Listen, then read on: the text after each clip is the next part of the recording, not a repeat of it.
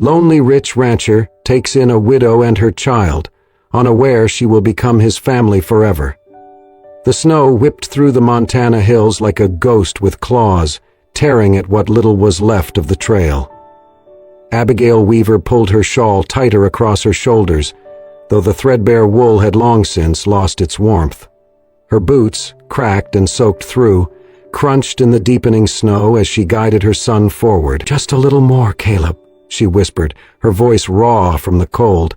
The boy, only 6, didn't respond. His face was red from windburn, his hands stiff in mittens too small. He leaned into his mother's side, shivering violently. Abigail's lips cracked as she whispered again, "We'll find shelter, I promise."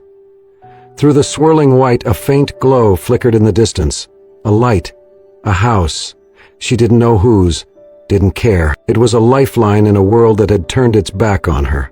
The storm screamed louder as she reached the porch, Caleb clinging to her skirt like a second skin. Her hand, numb and shaking, lifted to knock. Once, twice. A pause, then harder. She tried to call out, but her throat cracked, letting out only a hoarse rasp. Inside, Elijah Boone sat in his chair by the fire, a leather-bound book open in his lap. The wind rattled the windows, but he paid it little mind. 10 years of winters had passed like this, quiet, cold, survivable. Until now. The knock came again, louder. He frowned, stood, and reached for the rifle propped by the door. Few people traveled this road, and none unannounced. He cracked the door open. What he saw stopped him cold. A woman, pale and shaking, her clothes soaked and torn. Beside her, a boy, small, blue-lipped, eyes wide with fear and frost. "Please," the woman rasped. "We don't need much, just a place to wait out the storm." Elijah narrowed his eyes. "Who are you?" "Abigail Weaver," she said, almost stumbling. "This is my son, Caleb. We've been walking since this morning. Our wagon—" It broke down outside the pass. Elijah looked at them both. Something about the boy, his silence, his shiver, pressed hard against something Elijah had buried years ago. "I don't take in strangers," he said gruffly. Abigail dropped to her knees, her arms wrapping protectively around her son. "I'm not asking for charity. I just don't want my boy to die in the snow." Her voice broke, the desperation in it sharp enough to cleave through even Elijah's frozen heart. Caleb looked up at him then, eyes huge and glassy, his lips trembling. Something cracked. Elijah stepped back and opened the door wider. "Inside before you both freeze." Abigail didn't hesitate. She half-lifted Caleb and stumbled through the threshold. Elijah closed the door behind them with a solid thud, shutting out the storm. "Sit by the fire," he said, already moving to pull blankets from the nearby chest. "Don't touch anything." He tossed a heavy quilt over Caleb's shoulders, then handed a second to Abigail. She nodded, clutching the warmth to her chest. Elijah moved into the kitchen and poured hot water into 2 chipped mugs. No tea, just heat. He brought them back without a word. Abigail murmured, "Thank you." Elijah said nothing. He stood by the mantel, arms crossed, watching the steam rise from her cup. "This ain't permanent," he muttered. "Storm breaks, you move on." "I understand." He looked away, but his eyes flicked back to Caleb, now curled in a ball, breathing softly beneath the quilt. "Kid's lucky you knocked when you did." Abigail's voice was quiet. "No, sir. I'm the lucky one." For the first time in years, Elijah Boone wasn't alone in his cabin, and though his words were cold, something in his gaze had warmed, if only by a flicker. And so began a night where silence said more than kindness, and a storm that brought with it not just snow, but a new beginning. The wind outside howled into the blackness, battering against the walls of the cabin like fists desperate for entry. Inside, the fire crackled softly, a flickering heartbeat in a home that had forgotten warmth. Elijah Boone stood in the kitchen, his calloused hands gripping the handle of a dented kettle. The silence behind him was different now, quieter, not from emptiness but presence. He poured hot water into a small pot, dropped in sliced carrots, potatoes, and a handful of dried herbs. "No meat tonight," not with guests. Guests. The word didn't sit right. This was not an inn. This was his home, his solitary sanctuary carved out of grief and silence. Yet here she was, Abigail Weaver, sitting cross-legged by the fire. Caleb curled into her side beneath layers of borrowed blankets. She had peeled off her wet stockings, her feet bare and pink from the cold, resting on the edge of the hearth. Her eyes, half-lidded with exhaustion, watched the flames like they held her last thread of strength. Elijah cleared his throat.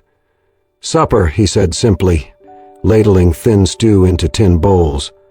He placed them on the table without ceremony. "Ain't much, but it'll keep you warm." Abigail stood slowly, her body stiff. "It's more than I expected," she said, taking the bowl gently.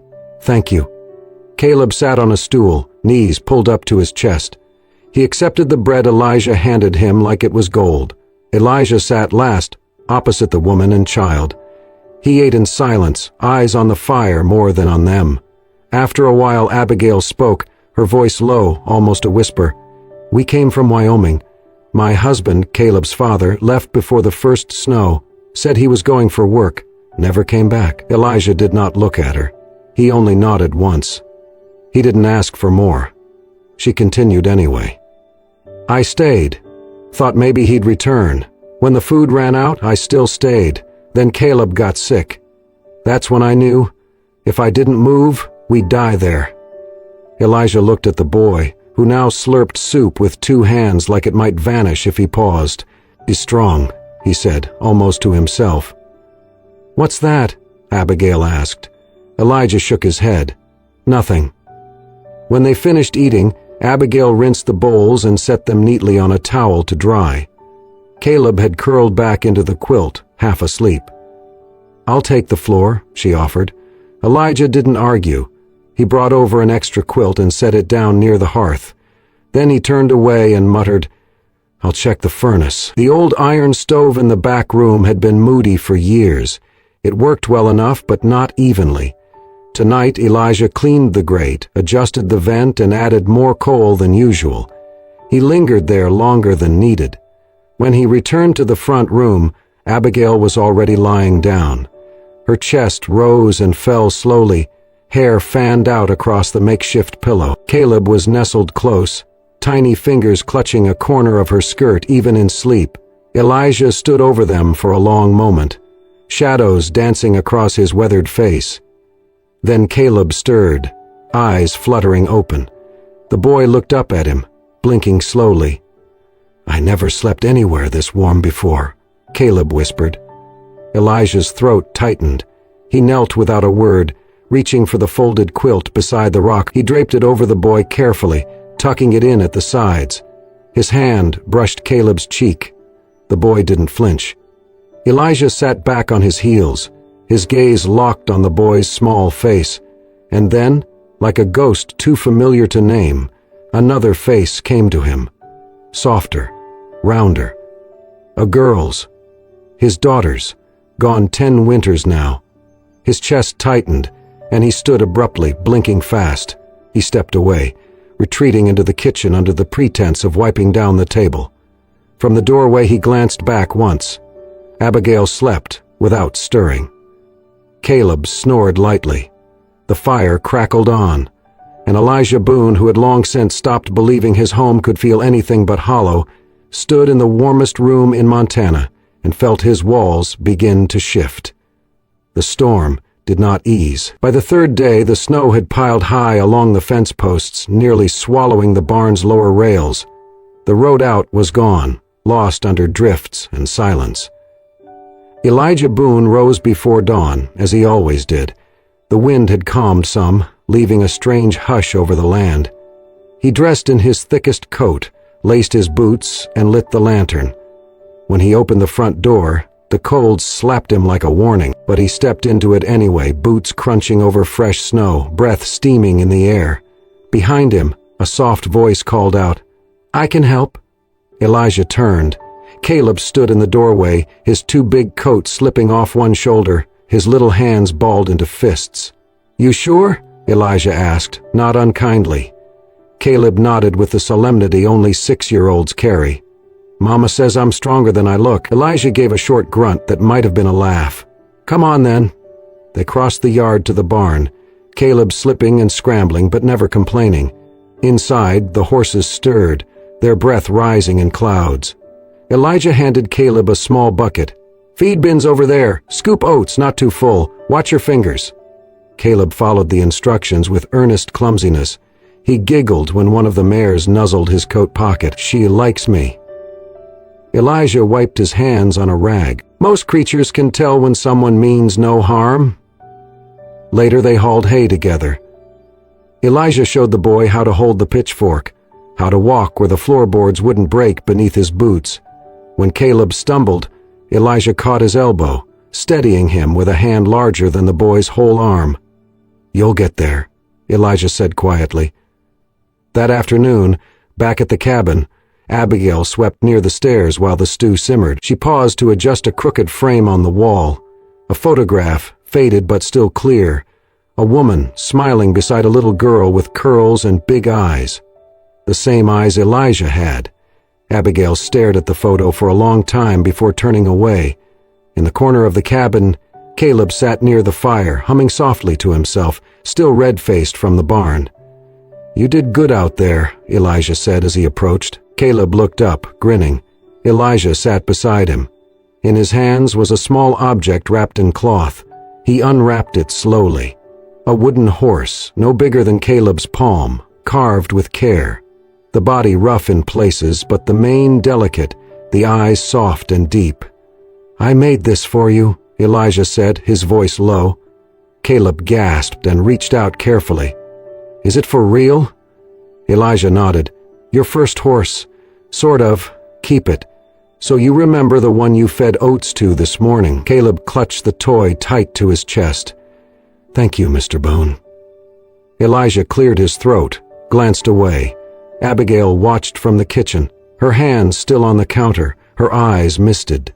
That night, as snow crept again against the windows, Abigail tucked Caleb into his cot near the hearth. He held the wooden horse against his chest, already asleep, a small smile on his lips.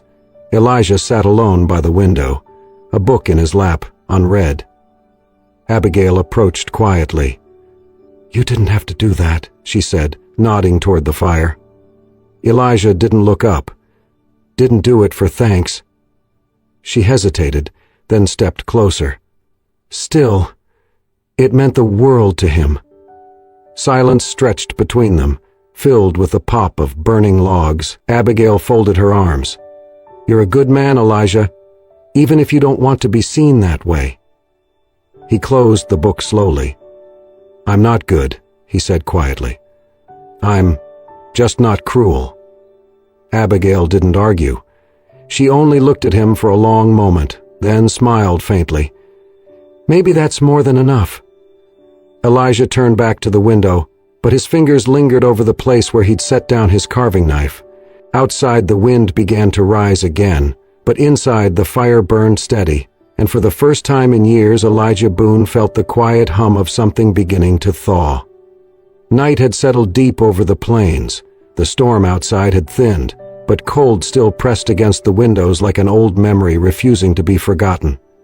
Inside the cabin, the fire flickered low, casting golden shadows on wooden walls lined with dust and silence. Abigail sat at the kitchen table, her hands wrapped around a chipped ceramic mug, long emptied. Across from her, Elijah Boone leaned back in his chair, boots crossed at the ankles, a quiet stillness in his posture.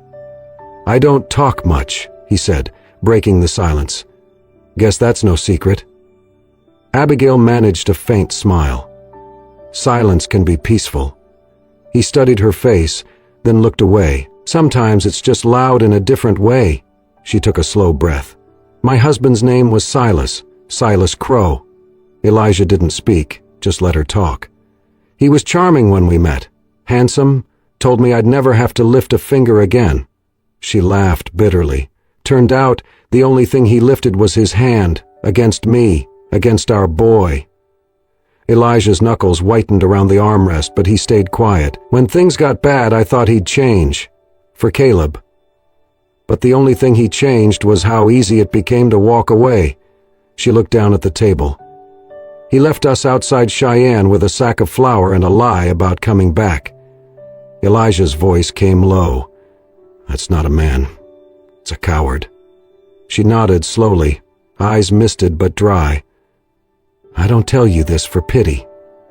I know. She looked up. Why did you open your door? Elijah stared into the fire for a long moment before speaking.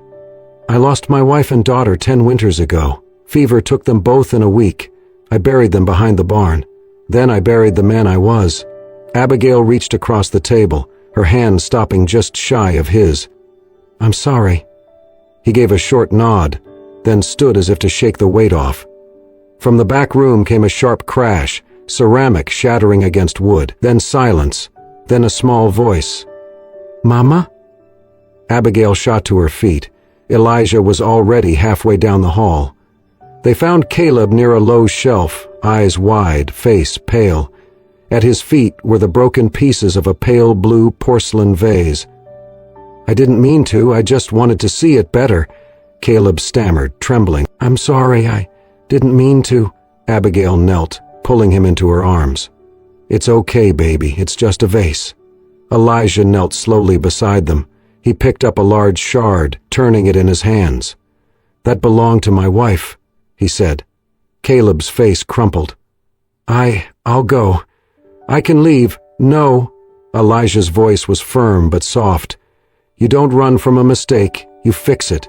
He placed the shard on the table nearby, then looked Caleb in the eyes. You ever use glue? Caleb blinked. A little. At school. Good. We'll fix this one together. Might not be the same, but sometimes the things we mend end up stronger. Caleb nodded quickly, relief washing over him. Later they sat together at the table, Elijah holding pieces steady while Caleb applied glue with careful fingers. Abigail stood back, watching the two, her heart rising to her throat. Elijah didn't rush. He didn't scold. He guided. Let the boy try. Let him fail, then try again. Hurt things don't stop being worth keeping, Elijah said quietly, more to himself than anyone else. When the final piece was placed, Elijah sat back. The vase was misshapen now, a web of golden cracks crossing its surface. But it stood. Like new, Caleb whispered. Elijah smiled faintly. Like real. That night, as the fire dimmed, Abigail lingered by the doorway, her voice low. Most men would have thrown it away. Elijah looked at the vase, then at her. I lost too much already. Don't plan on losing anything else if I can help it. She stepped closer, voice trembling. You didn't just help Caleb tonight. You helped me remember what safety feels like. Elijah didn't answer. He just nodded once, slow and solemn. But when she turned away, he reached out, just for a second, and gently placed his hand over hers. And for the first time since her world had shattered, Abigail Weaver let herself believe it could be built back again. By the time the last of the snow melted into the hard-packed earth, rumors had already begun to stir in Cedar Ridge. It was the kind of place where the wind carried whispers better than it carried dust, and the sight of a woman and a boy living up at the Boone Ranch had drawn curious glances and low voices. No one remembered the last time Elijah Boone took in company, much less a widow and her son. Elijah heard it first at the feed store. Stranger woman out at Boone's place, someone muttered near the sacks of grain. Claims she's a widow, but folks say her man's not dead, just gone. He didn't respond, just nodded at the clerk, took his supplies and left, his expression unreadable. Days later, the past caught up, not in person, but on paper. A letter slipped under the door, no return address, just one sentence scrawled in a harsh, angular hand. You've got what's mine, signed Silas Crow. When Abigail saw the name, her face went pale. He found us, she said. Her voice shook, but there was steel beneath it. She explained carefully. Silas was not just her ex-husband. He was the father of Caleb and the heir to nothing but trouble. Years ago, Caleb's grandfather had left the boy a patch of land, nothing large, but valuable enough to catch a greedy man's eye. Silas hadn't cared before, but now it was leverage. "He'll say it's about Caleb," Abigail said, holding the letter in her trembling hands, "but it's always been about control." Elijah didn't speak for a long time. He only said, "He won't get him. Not while you're under my roof." That Saturday, Elijah posted a sign outside the general store, "Meeting at Boone Ranch, noon." The townsfolk came. They came because Elijah Boone didn't call on people often, and when he did, it mattered. He stood on the porch that day, back straight, eyes calm. Abigail stayed inside, keeping Caleb close. She didn't ask what he'd say. She didn't need to. The barnyard was full of familiar faces, ranchers, the blacksmith, Miss Clara, the teacher, even the preacher. They stood in the cold wind, waiting. Elijah stepped forward, his voice low and steady. "I took in a woman and her boy this winter, not because I had to, because it was right. Now the man who left them behind wants the boy back, not for love, but for what he stands to gain." He looked around the crowd, his gaze never wavering. "He's coming here with threats, maybe the law, I don't know. What I do know is this: he won't take them. They're part of this place now. They're part of my home." No one spoke at first, but then, slowly, heads began to nod. Inside, Elijah crouched beside Caleb and pulled something from a small box. A weathered child's cowboy hat. He brushed it off and set it gently on the boy's head. "This was mine when I was your age," he said softly. "It reminded me to stand tall." Caleb smiled. "It's yours." "Not anymore," Elijah said. "Now it's for someone brave enough to wear it." That afternoon, the sound of hooves broke the quiet. 3 riders. At the front, a man in a dark coat with a smirk that never reached his eyes. "Afternoon," he said as he dismounted. "Nice crowd, but I'm just here for what's mine." Abigail stepped out, hand tightly clasping Caleb's. "You lost that right when you left us to freeze." Silas looked toward Elijah. "This your idea of justice?" "No," Elijah replied. "This is family." One by one, the townsfolk stepped forward, the teacher, the preacher, the ranchers.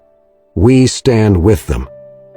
Silas looked around, saw he was outnumbered, and spat on the ground. "This ain't over." "No," Elijah said, steady as ever. "It's just beginning." Silas rode off, but the people stayed. And Abigail, heart full, looked at Elijah and whispered, "Thank you." He tipped his hat to her and turned to Caleb, fixing the boy's new old hat. "You did good, son." Caleb beamed, and in that moment, something settled in the soil, quiet and sure. They were no longer guests. They were home. Silas Crow returned on a Monday, this time not alone. He brought a lawyer, sharp suit, sharper tongue, and a stack of papers thick enough to crush hope. "Custody," Silas said as he handed the documents to Elijah on the porch. "Legal, binding. Caleb is mine by blood and by law." Abigail stood in the doorway, her face pale. Caleb clutched her skirts, not fully understanding but sensing danger. Elijah didn't flinch. "You may have blood, but that's all you ever gave him." "We'll see what the court says," Silas replied coolly. Then he mounted his horse and rode off, the lawyer not far behind. Elijah wasted no time. He rode into town that same afternoon, stopping at the office of Thomas Braddock, the only lawyer in Cedar Ridge who'd ever stood up to city men with slick coats and colder heart. "We've got 4 days, Braddock said, looking over the papers. "It's not hopeless, but it'll take everything we have. Witnesses, records, proof of care." "We have it," Elijah said simply. "Start with me." Back at the ranch, Elijah did not speak of the trial much, but Abigail noticed the changes. He cleared out the room at the end of the hallway, the one that had remained closed since the day his daughter died. Dust danced in the air as he opened the curtains for the first time in a decade.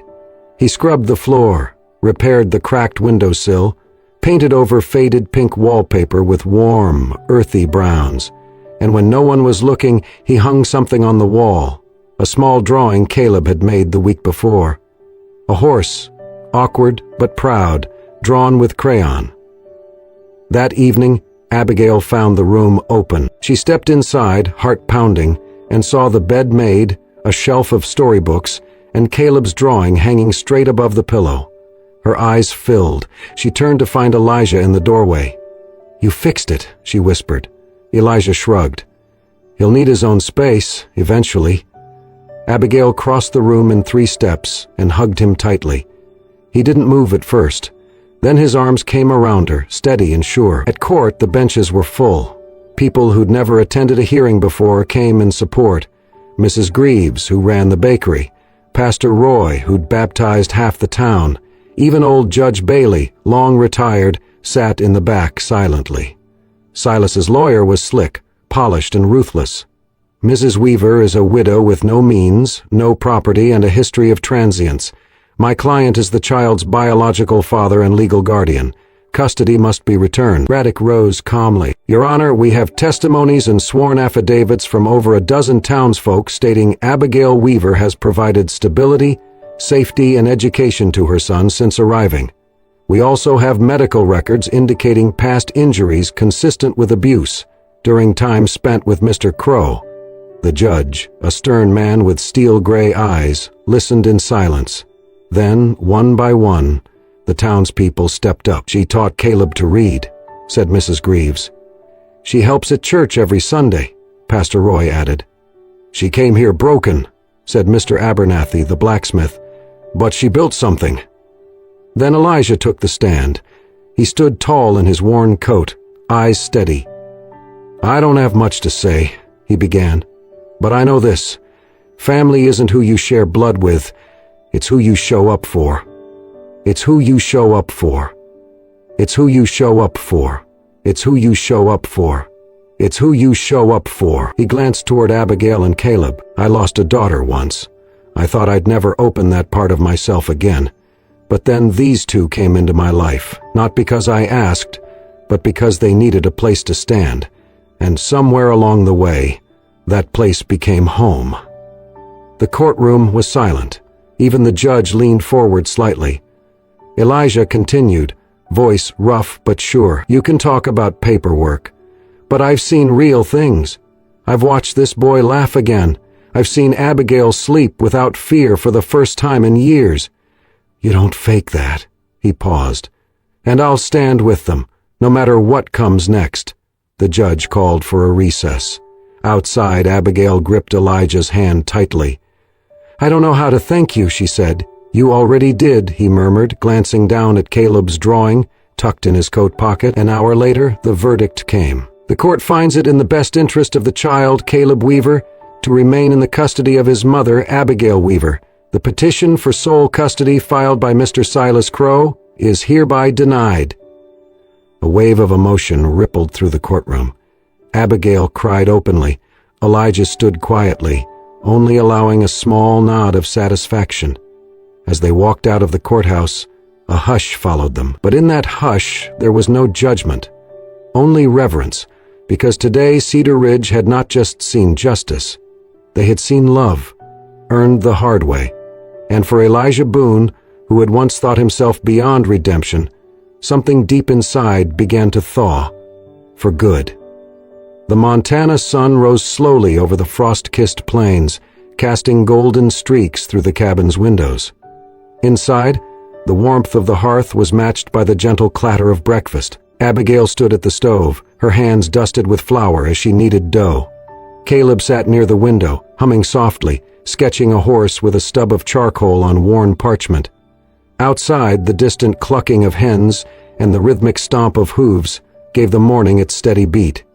Elijah leaned against the doorway, arms crossed, watching. The light fell across his weathered face, but something softer lived in his eyes now. Something that hadn't been there a season ago. Once, silence had filled his home like smoke. But now there was laughter, soft humming, the shuffle of a child's feet across the floorboards. Life had returned.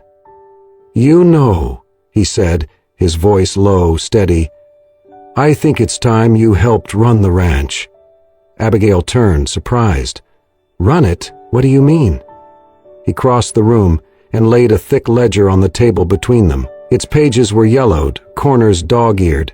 years of numbers scrawled in Elijah's rough script. The accounts, the planning, you've got a head for it. I've seen how you stretch every bit of flour and firewood. This place isn't just mine anymore, it's yours too. Abigail looked down at the ledger, then up at him. Her eyes shimmered. You trust me with this? I trust you with more than that, he said simply. Just then, the door creaked open, and Caleb burst in from the yard, a wide grin on his face and a too-big cowboy hat sliding over his ears.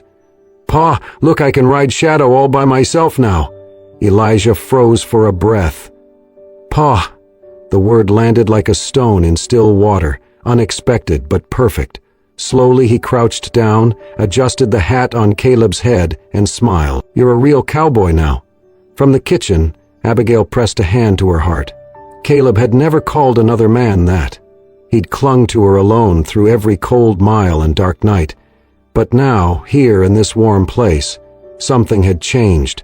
A bond had formed, real and deep. Later that day, Elijah showed Abigail around the ranch, pointing out fencing that needed fixing, the pasture rotation, and where the spring crops would go. That plot by the river, that's where I want the tomatoes this year. Soil's good there, you'll see. She nodded, scribbling notes in the small ledger he'd handed her earlier. We should move the haystack closer to the barn before the next frost. It'll save time, Elijah grunted in agreement. Told you, you've got a good eye. The rhythm between them had shifted. There was no longer hesitation in Elijah's words.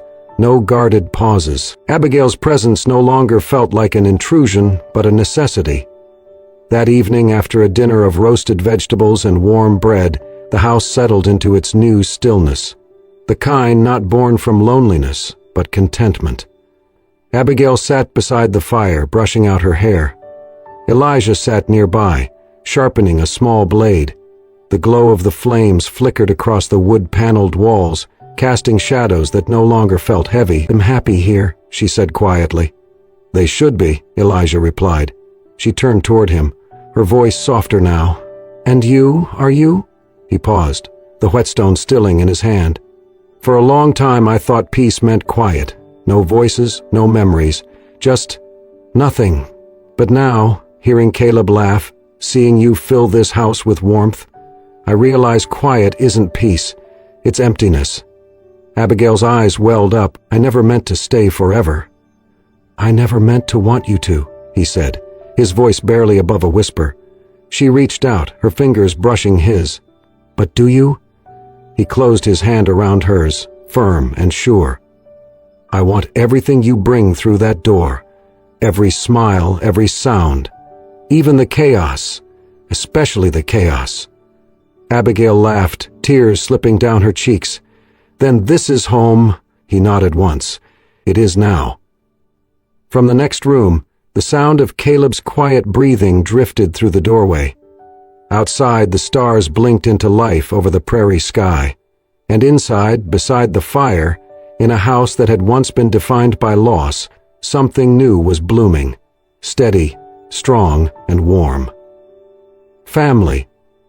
The sun dipped low over the Montana plains, bathing the rolling fields in gold. Laughter echoed across Elijah Boone's ranch as neighbors from town gathered for the first celebration the old property had seen in years. Long tables were draped with checkered cloths, laden with pies, roasted meats, and warm bread.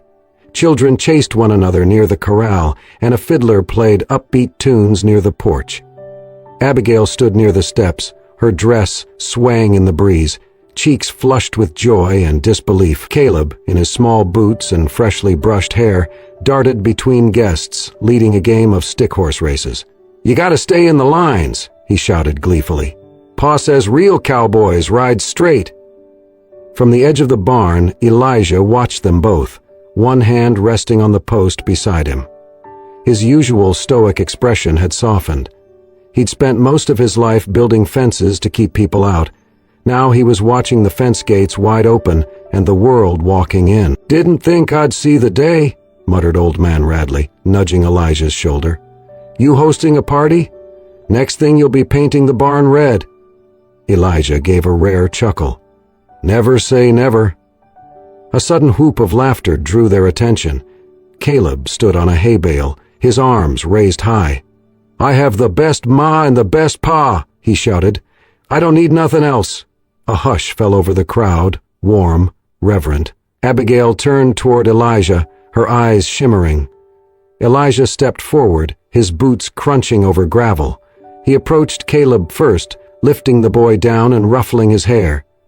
"That's a mighty big heart you got, son," he murmured. Then he turned to Abigail. The music slowed, conversations faded into whispers. Elijah took a deep breath, reached into his coat pocket, and pulled out a small wooden box. Inside was a simple silver ring, sturdy and elegant, but the centerpiece was unmistakable, a tiny carving of a wooden horse, echoing the one he had once whittled for Caleb on a snowy afternoon. Abigail gasped. "I gave Caleb a gift once," Elijah said, voice low but clear, "so he could remember the first horse he ever cared for. Now, I'd like to give you this, so you'll never forget who stood by you when the storm hit." He knelt, slow and deliberate, in the grass. "This ranch was a place of ghosts," he continued, "until you and Caleb walked through that door. You brought back laughter, hope, family. Abigail Weaver, would you let me keep building this home with you, as your husband?" A choked sob escaped Abigail's throat. She nodded through tears, kneeling beside him. "Yes, Elijah, 1,000 times yes." Cheers broke out. Hats were tossed into the air. Old Mrs. Webb dabbed at her eyes with a handkerchief, and Pastor Collins let out a delighted whoop that startled the horses. Elijah stood, lifting Abigail to her feet. Caleb rushed into their arms, wrapping them both in a fierce hug. "We're really a family now," he cried. That night, under a sky speckled with stars, the celebration carried on. Fireflies danced in the tall grass. Musicians played long into the evening. Neighbors shared stories, offered blessings, and sang songs by the fire. Abigail stood with Elijah and Caleb beneath the great oak near the corral, where the wind whispered through the branches. She slipped her hand into Elijah's, and he tightened his grip gently. Caleb leaned against his mother's side, eyes heavy with sleep. "Do you think it'll always feel this good?" she whispered. Elijah looked down at her, then at the boy who now called him Pa. "If we keep choosing each other," he said, "then yes, it will." And in that moment, with the lanterns glowing behind them, the land stretching wide and open before them, and the warmth of shared hearts holding them close, they knew this wasn't the end of their story. It was the beginning of a forever. If this story moved your heart, if it reminded you that family is not always born but chosen, built through kindness, courage, and the quiet promise of staying, then we invite you to stay with us. At Soul Stirring Stories, we share tales just like this one, stories of healing, of hope, and of home. So, if you believe in second chances, in quiet heroes, and in love that grows in unexpected places, subscribe now and never miss a story that just might change your day or your life. And remember, sometimes the warmest homes are built not from bricks, but from hearts brave enough to begin again.